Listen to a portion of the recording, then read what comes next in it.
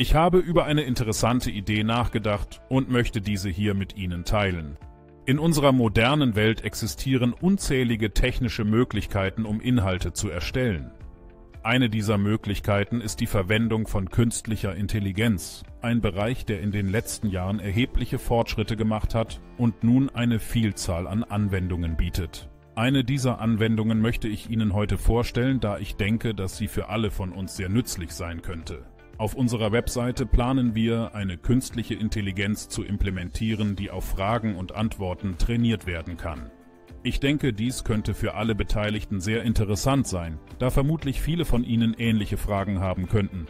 Wenn Sie eine solche Frage haben, können Sie mir einfach eine E-Mail schreiben. Ich werde dann persönlich darauf antworten und sowohl die Frage als auch die Antwort der künstlichen Intelligenz auf unserer Webseite zur Verfügung stellen. Um diese neue Funktion auszuprobieren, werde ich auf unserer Webseite in Kürze ein mit künstlicher Intelligenz ausgestattetes System einrichten, das in der Lage ist, Ihre Fragen zu beantworten. Damit diese Antworten jedoch relevant und hilfreich sind, bin ich auf Ihre Mitwirkung angewiesen.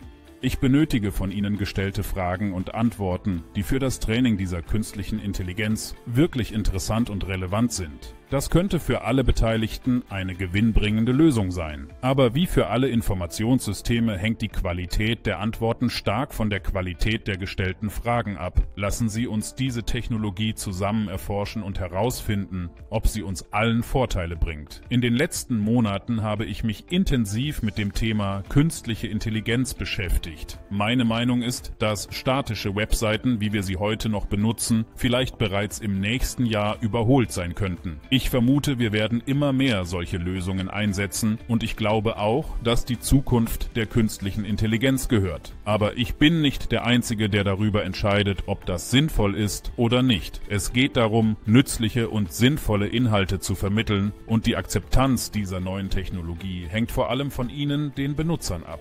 Sollten Sie Bedenken haben oder die Technologie nicht nützlich finden, lassen Sie es mich bitte wissen. Mir ist bewusst, dass künstliche Intelligenz nicht für jeden positiv ist, da solche Technologien natürlich auch Arbeitsplätze bedrohen können. Also sollten wir diese Technologie nutzen und mit der Zeit gehen. Ich freue mich auf Ihre Fragen und werde mein Bestes tun, um die Antworten so schnell wie möglich zur Verfügung zu stellen.